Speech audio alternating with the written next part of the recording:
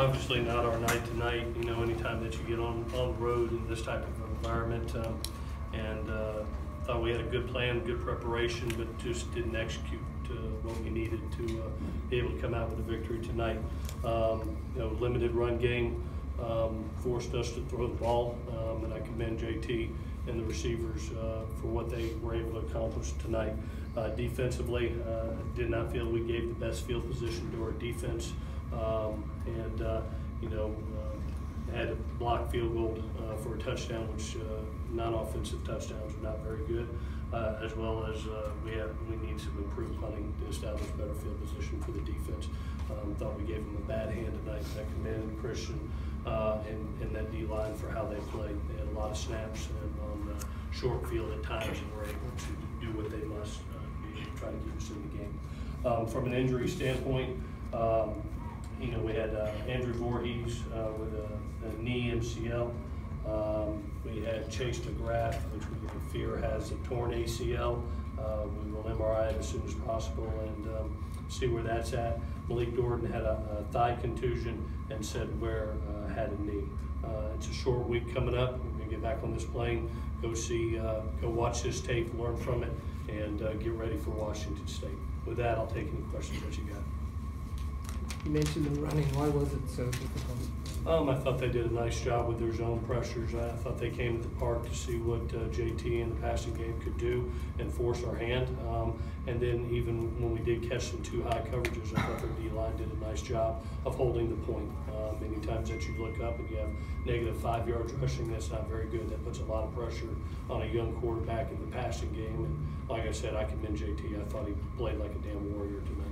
What's the most frustrating part about how much that game changed from the first quarter to the end? I thought we came out with the plan that we wanted, which was mixing, which was balanced. It was more balanced than it had to be in the second half once we got down. And I thought the ball was moving. We finished the first 2 drives in the red zone, which was great. We missed the 4th and 1 on a communication error, to be honest with you, and which led to a missed assignment and one more player than we could block. You know, for us, we just got to execute better, in my opinion, overall, in all 3 phases. We talked about it in there. It's going to be all of us doing it together, coaches, players, as a family, as a brotherhood, and we can't feel sorry for ourselves right now. We got a conference game coming up, and it's a very important one for us, and on a Friday night. So we got to get back home, watch this tape, and get going tomorrow. Clay, given how much time you guys invest into special teams in practice, how frustrating is it to see all the breakdowns? You know, I truly believe that our kids play extremely hard on special teams, and Bax pours himself into it.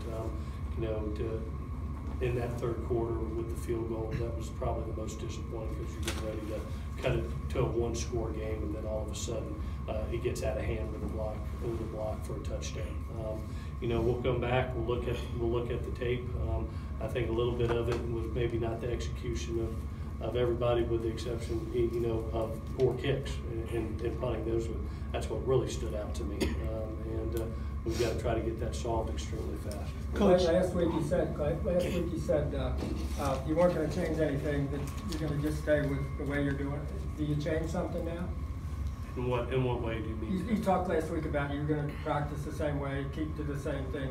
Well, obviously we got a little bit shorter week, so we're going to have to adjust. Usually tomorrow is our off day. We're not going to be able to do that. We're going to come right back in, watch this tape, and start the game plan for Washington State. We got a little bit of a jump start on it, but we'll implement that tomorrow, and then we've got to treat Monday like a Tuesday. So it's going to be a very quick turnaround for our kids. Coach, generally speaking, why do you think so many players right now are not playing to their capability? I think there are some that are playing very well. I watched Marvell Tell literally not come off the field at the end. That's what gives you hope. When you see your kids just fighting to the last second, and number 7 wouldn't even come off. You know, he's like, Coach, I'm not coming out. I'm going through all of it. And I thought he was just a warrior. We ended up getting mad there at the last series, but there's a lot of guys playing a lot of good ball out there. We're just not doing it all together right now, and that's not my job. Nobody else's. It's mine and my responsibility. So put it on me. JJ, what did you learn from tonight? It was a big atmosphere. Yeah, you know, it's really cool to play at Texas and, you know, come out and those fans were crazy. You know, it is a crazy environment. I guess first thing you learn what, you know, a road game at a big place like Texas is like. I can't really speak on what I learned until we break down the film and watch it, and, you know, then I'll have our takeaways. But it's a little too early, you know. I still got to process the game and everything before I can tell you, you know, what comes out of it. Was this the most physical of the 3 games you played? I mean, Stanford was pretty physical, and UNLV was a physical team. You know, it's college ball. Everybody's physical. Everybody's good. There's nobody that's just like, you know, shouldn't be here anymore. Everybody that's in college football is on an athletic scholarship to be there.